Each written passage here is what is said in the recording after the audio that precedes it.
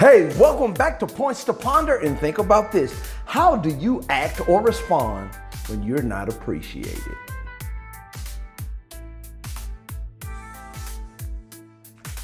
Thank you for joining us here at Points to Ponder as we discuss this week's Sunday school lesson. The lesson this week is the servant's suffering. The servant's suffering. The lesson focus: God's servant will face rejection and hostility. I know that don't even sound good. Lesson scripture, Isaiah 53, 1 through 7. You know what we do here at Points to Ponder. We bring out good questions so you can have good discussion to build a great community to be all God has called us to be as we try our very best to be conformed and transformed into the image of Christ. That's our goal, and that's what these questions are geared to do here at Points to Ponder. And our questions come from emotions in the text, decisions in the text, responses in the text, and sometimes commands in the text. But there's so much in this week's lesson, I think we should jump right on in. Isaiah 53, verses 1 through 3. Now, let me give you a little context. Isaiah is a prophet that the first part of his book talks about speaking to the nation of Israel. The second part is the foreshadowing of the coming of the Messiah, right? So when it's talking about he, and though that servant is talking about the Messiah. So let's jump right in. Listen what it says in Isaiah 53. And I'm going to start at verse 1 and 2. It says, "Who hath believed our message, and to whom has the arm of the Lord been revealed? He grew up before him like a tender shoot and like a root out of the dry ground. He had no beauty or majesty to attract us to him. Nothing in his appearance that we should desire him." Point to ponder number one, because this is confusing to me. Point to ponder number one. If God wanted us to follow Jesus and commit our lives to Jesus, why didn't God make him more attractive? I'm just reading the scripture. It says he had no beauty, no majesty, nothing in his appearance should desire him. Why didn't God make him like a superhero, like an Iron Man, like coming down from heaven, like, I'm here? Like, no. Why did God present him without a beauty or majesty? Really think about that. Have a discussion about that. God could have been majestic. He chose not to be. Discuss that. I know we can't know what God was doing, but sometimes we can tell the character of God through the actions of God. Remember, we talked about that. Let's see, that's a decision in the text. Let's go forward. Look what it says. Oh, verse 3. He was despised and rejected by mankind. A man of suffering and familiar with pain.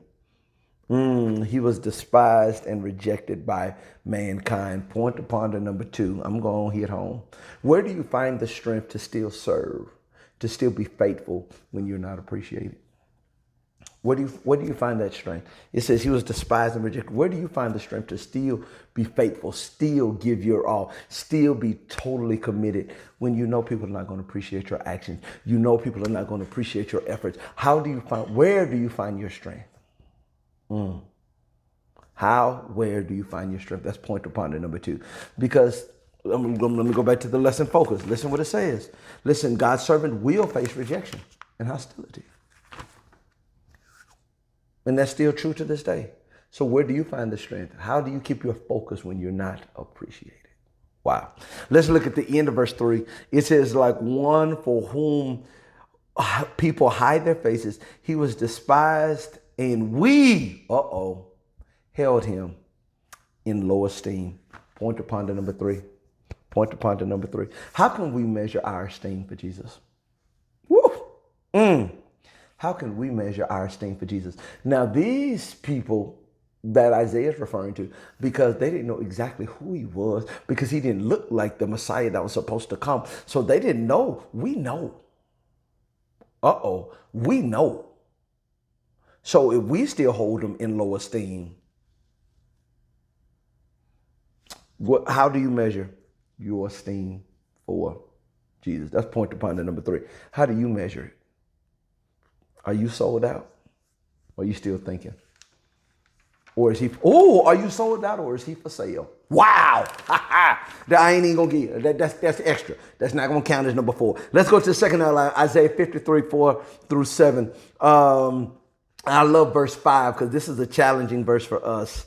It says, but he was, I'm going to read out the King James for verse 5 because I just love the wording of it. But he was wounded for our transgressions. He was bruised for our iniquities. The chastisement of our peace was upon him. And with his stripes we are healed. Point to ponder number 4. And here is a theoretical question, but I think a practical one at the same time. Can you be a Christian with no service? Point to ponder number 4. Can you be a Christian with no service? You don't do anything. You're not a part of any ministry. You don't go out of your way to do anything. You're not a servant in any capacity in your life. You just get, receive, get blessed, and that's who you are. Because if you verse 4, it says he was wounded, verse 5, I'm sorry, wound our transgressions, bruised for our iniquity, the chastisement of our peace was upon him. He did all that for us. So can we be like Jesus? Verse 4, can we truly be like Jesus and never serve others, never go out our way for others, never carry the burdens of others? Can we truly say we can be a Christian with no service? I'm going to cheat a little bit and tell you what James says, faith without works. Let me keep going. Let's keep going. Oh, now I'm about to get in your business. Look at verse 6. Verse 6.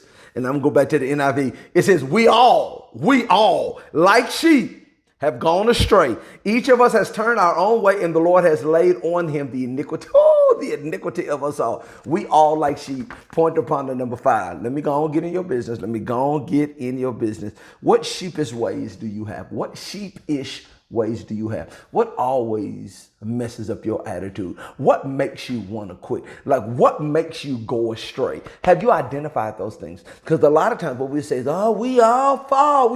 No, how do you fall? What is it? Your anger? Is it grudges? Is it sexuality? Is it overeating? Is it any type of thing? Laziness at work, right?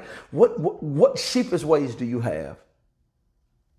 Because that'll help lead to your prayer request. What sheepish ways do you have?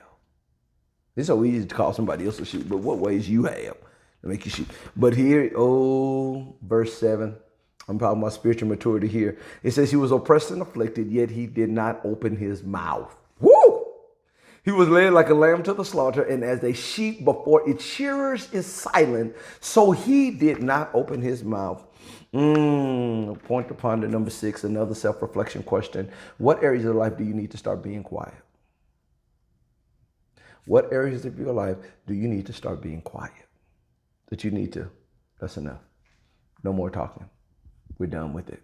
What areas of your life do you need to be quiet?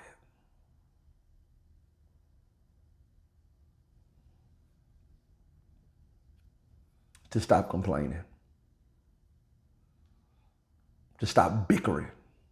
What areas of your life do you need to be quiet? He was led because he knew, oh my God, you're going to be quiet when you know your purpose. I ain't going to teach that, but I'm going to leave that there for you. You can be quiet when you know your purpose. I hope these 6 points to ponder will help you get through your lesson this week. Remember, if you're teaching, you're only talking 40-50% of the time because you want to engage. Don't make your goal to finish the lesson, but to transform lives. Don't make your goal to finish the lesson, but to transform lives.